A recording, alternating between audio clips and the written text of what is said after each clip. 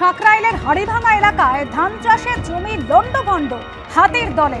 সেই ছবি রাখবো আপনাদের সামনে। সাঁকরাইলের বালিবসা জঙ্গলে রওনা দেয় এই 12টি হাতির দল। হাতির দলে ছিল একটি হস্তি শাবকও। পিচ রাস্তা পার হতে গিয়ে সমস্যায় পড়ে হাতির দলটি, আর উঁচুতে উঠতে গিয়ে পড়ে যায় হস্তি শাবকটি, আর তারপরে সুর দিয়ে ঠেলে হস্তি শাবককে ঠেলে উপরে তুলে দেয় হাতির দলটি।